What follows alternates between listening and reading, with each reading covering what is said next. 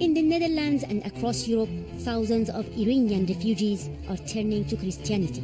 Tired of the lack of freedom in the Islamic Republic, they say conversion offers a new start. من الان که یه مسیحی هستم با خیال راحت سرمو میزنم. And it is a much needed boost to Dutch church congregations. Every week, 2 traditional churches are closing in this country. But converting to Christianity can carry a heavy penalty in Iran. And some say the refugees are only joining the church so they won't be sent back. I lied to them. Most Iranians regard this to be the best way. It's not just me. The difficulty is that we can't look into people's minds and hearts. I'm Fariba Sahrai. I've been reporting on refugee stories for many years. And now I'm in the Netherlands to find out why so many Iranians are converting to Christianity. Are they born again or simply praying for asylum?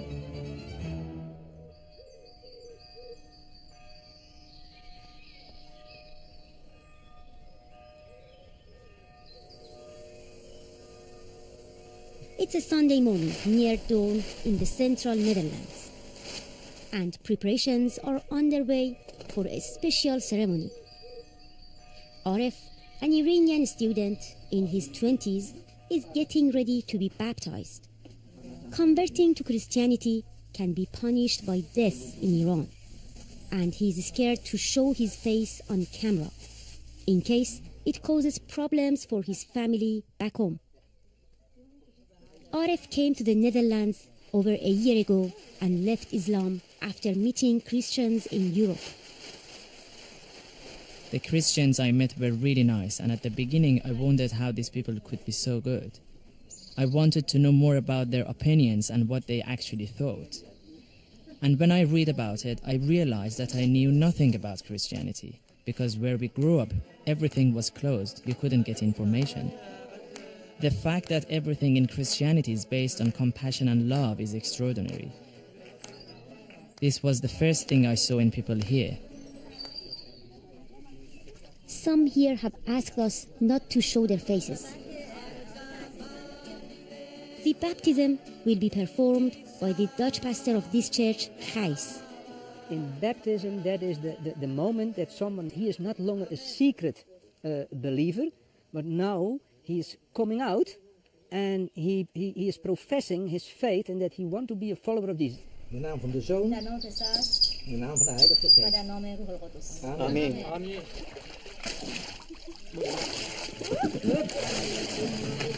Wel helemaal.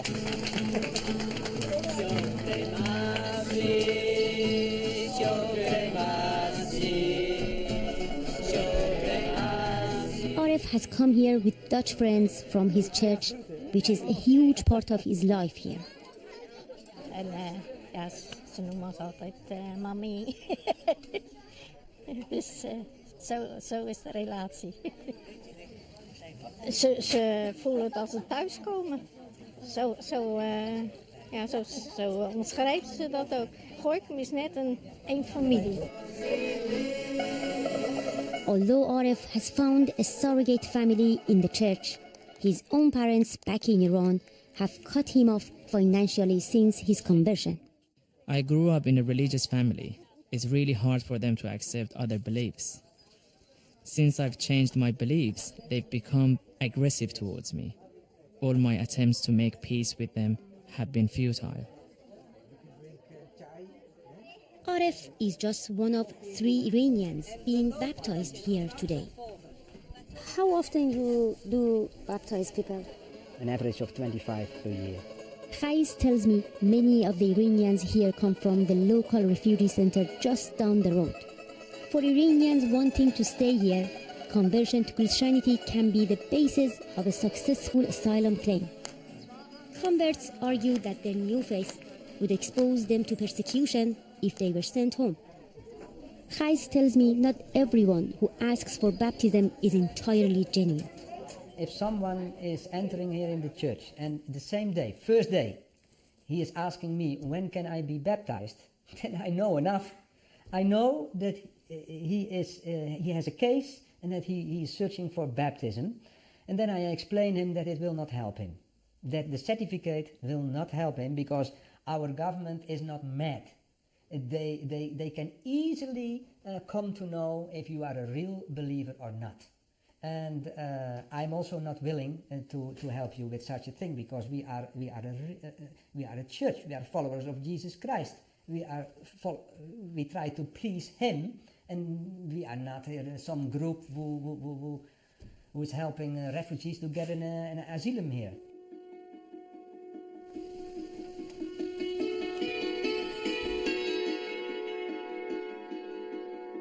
Arif seemed to be very genuine. He spent about a year preparing to be baptized, but I've heard of many cases of Iranian refugees who have been baptized in a very short time after converting.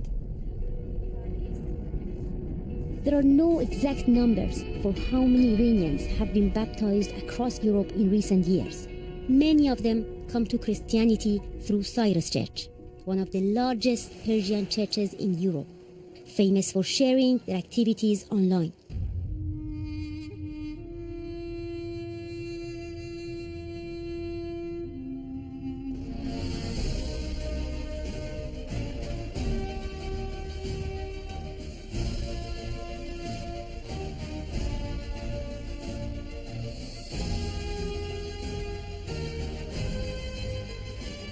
Their leader, Masoud, has baptized literally thousands of Iranian converts from the streets of Paris to Turkey. He tells me he himself got baptized on his first day in the Netherlands over 17 years ago. آیا از اسلام زنده شده بودی؟ نه، صحبت اسلام نیست. نه، ببین 24 سال من روزه غذا نداشتم. از 14 سالگی تا 40 سالگی روزه میگرفتم و نماز میخوندم. خب بعد اسلام جواب سوالای ما رو نمیده. اونجا اجازه نداری سوال بکنی. ولی تو مسیحیت میگه سوال کن. خیلی فرقشه. اینا رو با هم مقایسه نمیکنم. مثل این میمونه که شما مثلا فرض کن بخوای چای رو با قهوه با هم مقایسه بکنی. هر کدوم یه خاصیتی داره. Soon after converting, Masoud set up his church here. ما کلیسای ایرانی نداشتیم. ما سرودای ایرانی نداشتیم. ما کسی رو که بخواد از ایران بگه برامون تو کتاب مقدس نداشتیم. کلیسای هلندی فرهنگ خودشو داره، کلیسای افریقایی فرهنگ خودشو داره. ما به کلیسای نیاز داشتیم که فرهنگ ایرانی توش باشه. چقدر تونست تأثیر بذاره این کلیسا؟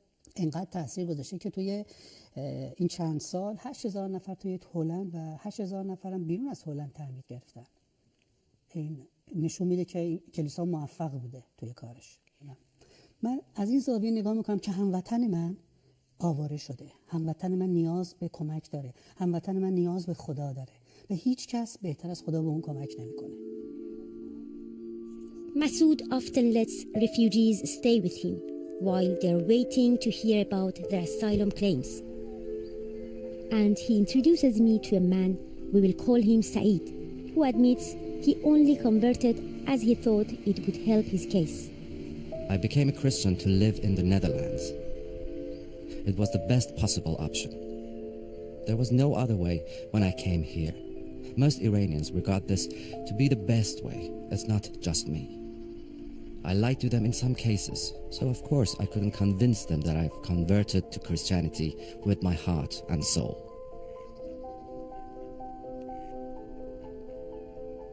Saeed was turned down for asylum and is now trying to appeal. It's easy to imagine why immigrants like him would risk lying to the authorities.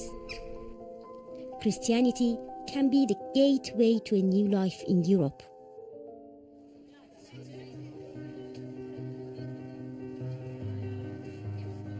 I'm on my way to meet Ali, a young Iranian living with a Dutch family who met him in church and are now helping him get settled into Dutch society.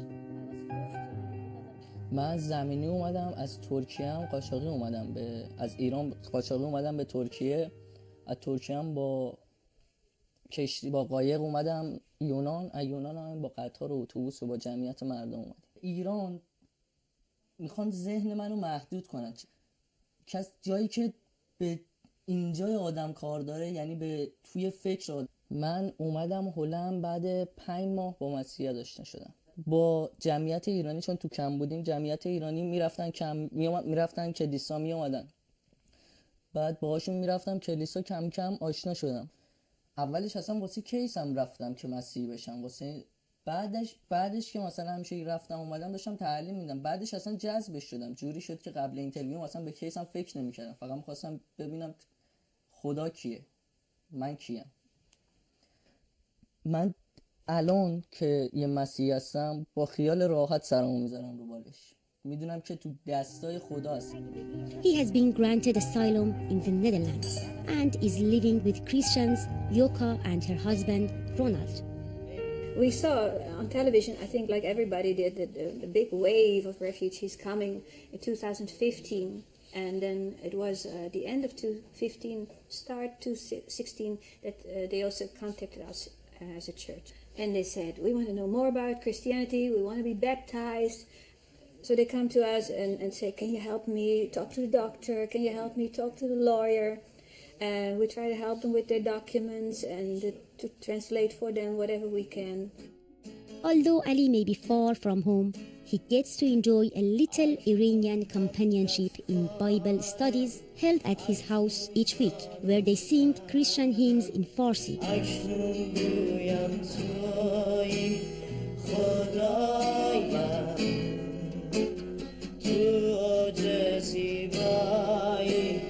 All these men came to the Netherlands as refugees. Most of them have been turned down for asylum. We are hiding their identities for their safety, in case they are sent back to Iran. One of them, Sohrab, not his real name, explains why he left.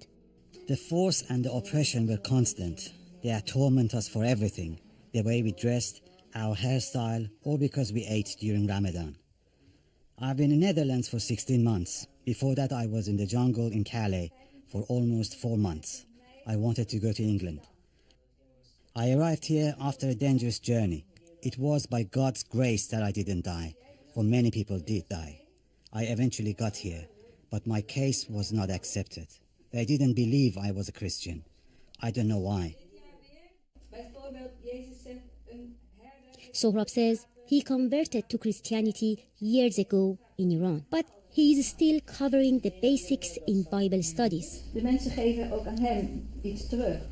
Dus dan zie je hetzelfde principe, als je iets doet voor God, hij zorgt voor jou. Denk je dat Jezus toen hij op aarde was, dat hij arm was? And he didn't seem to know simple facts about Jesus' life. Hij was een timmerman, hè? Timmerman.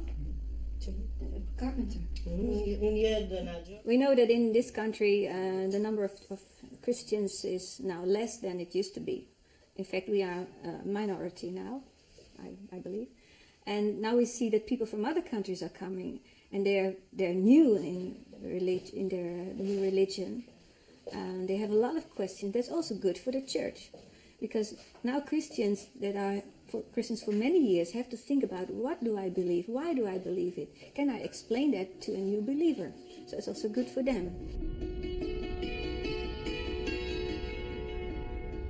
It's hard to know what to think, but these guys are saying they are really into Christianity and they converted into Christianity, facing so many threats in Iran, but they're not able to answer basic questions. In 2015, there were just over 45,000 applications for asylum in the Netherlands. Just under 2,000 of them were from Iranians.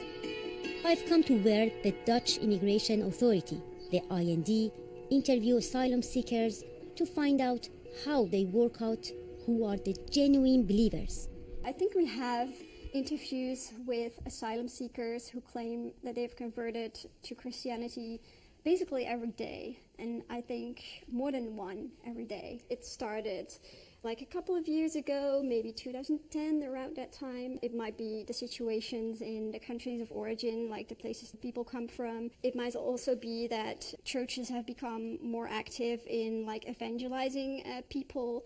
And it might be that smugglers have been telling them stories about how to get asylum in the Netherlands and in Europe.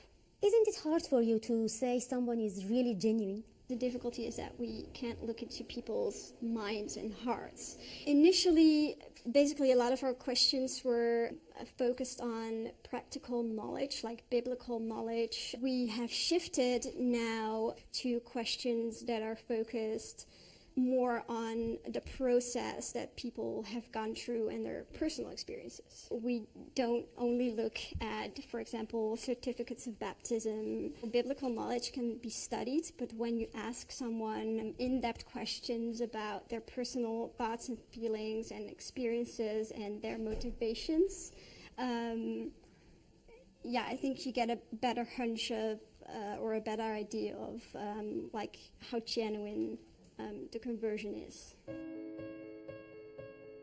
The IND do not keep statistics for why people are granted asylum.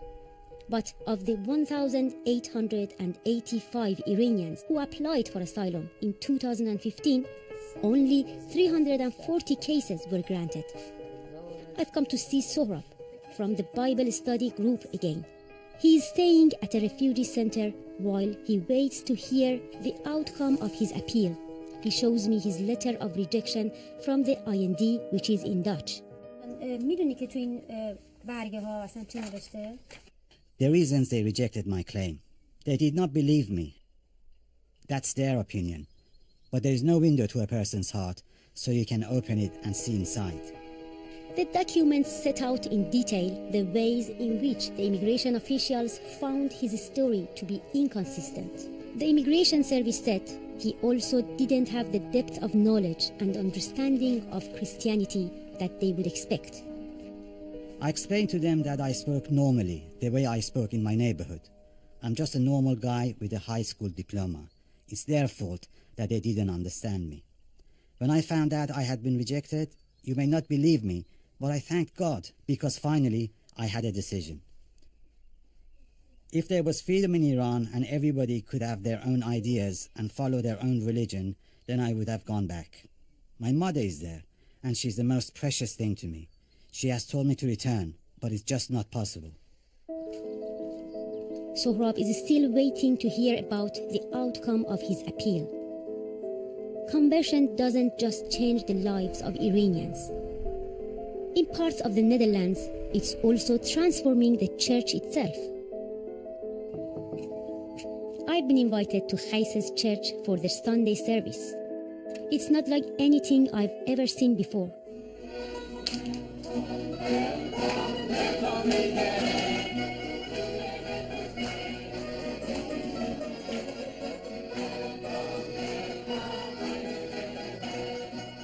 The hymns are sung in Farsi and Dutch, and all the preaching is translated too. Op een dag loopt Paulus met zijn vriend Silas in een stad in Griekenland, in Filippi. It is more chaotic. You know that Dutch churches, if it starts at 10 o'clock, it starts exactly at 10, maybe 1 minute later, but not 2 minutes later, it starts. But now this is impossible. Some people may think that these changes, they may change the church's character. Yes, it is. What do you think about that? Yes, it is changing. That was our wish, because the church is dying in Europe and in the Netherlands too. Every week, 2 traditional churches are closing in this country. Every week, you see. That is because of the identity. It's a kind of only old people are sitting there. And I had the wish always, and that is, we do this, it's intercultural and mixing up the cultures, because we do learn a lot of one another.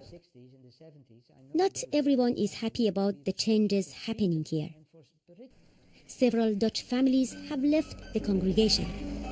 Simon used to do the music at the church, but he didn't like what was happening and left a few years ago. We are used to a very international community and society, and we loved it. I think it can make our culture, our Dutch culture, much richer if you're connected to foreigners. It was very nice up to a certain point when they started preaching in Farsi and using Farsi as the tongue. it became very difficult because we couldn't trust the translations. Turning point was that somebody was interpreting, a guy from Afghanistan, and he changed the message. He changed the message into something that he liked. I think in some ways the churches are a little bit naive, and they are very, very enthusiastic and eager to help people with the gospel and free them from Islam. The danger is that you are used by people who use their baptism for other purposes. They can use their baptism to get status, and then you're in real trouble, because then the ones that really are in danger and need to be helped here are not going to be taken serious anymore. It's impossible to tell how many of the new converts I've spoken to are genuine. But it's plain to see they've already brought great change to the churches they attend. And the church has had an equally profound impact on their lives, offering community and support in a new country. But the sheer number of people claiming they have found Jesus means the asylum system itself has also changed. And it's now harder to convince the authorities that a conversion to Christianity is genuine. So for those like Sohrab, who have had their asylum claim rejected, all they can do now is pray for permission to start a new life in the Netherlands.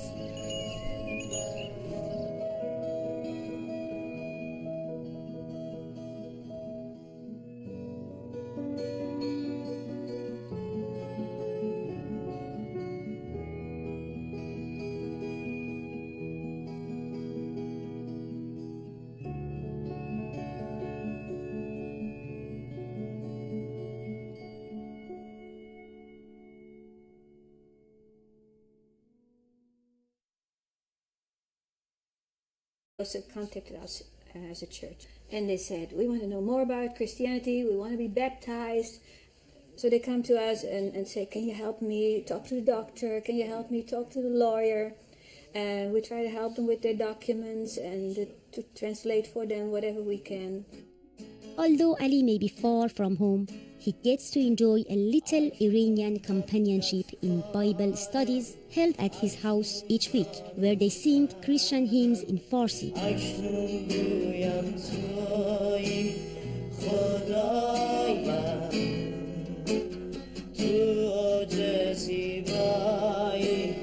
All these men came to the Netherlands as refugees.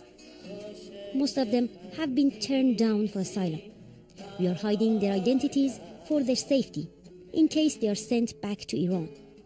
One of them, Sohrab, not his real name, explains why he left. The force and the oppression were constant. They torment us for everything. The way we dressed, our hairstyle, or because we ate during Ramadan. In the Islamic Republic, they say conversion offers a new start. من الان که یه مسیحی هستم با خیال راحت سرمو میزنم.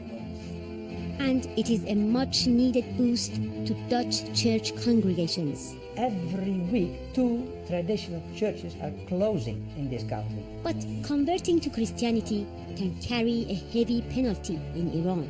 And some say the refugees are only joining the church so they won't be sent back. I lied to them. Most Iranians regard this to be the best way. It's not just me. The difficulty is that we can't look into people's minds and hearts. I'm Fariba Sahrai. I've been reporting on refugee stories for many years. And now I'm in the Netherlands to find out why so many Iranians are converting to Christianity. Are they born again or simply praying for asylum?